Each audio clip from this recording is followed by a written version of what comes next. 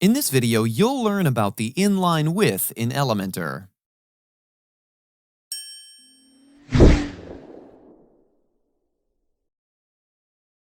We'll learn how to align elements side by side in the same column, control an element position, and use custom width to align your inline elements.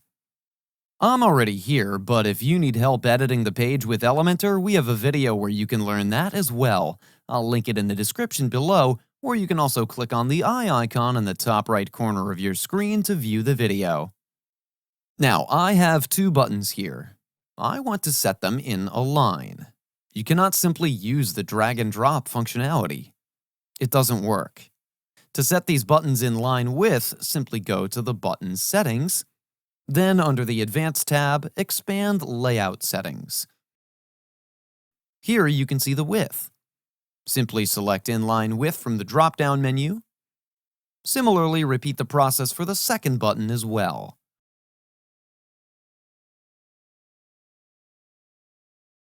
You can see both the buttons are now aligned in a line. To add some specs between the two buttons, simply set the margin like this. You can see the changes here. Moving to the column setting, you can configure various relative settings. Like you can set the vertical as well as horizontal alignment. Everything is up to you. This was all about the inline width in Elementor.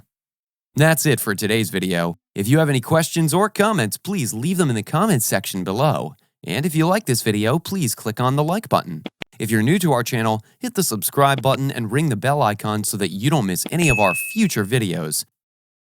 Thanks for watching. Until next time.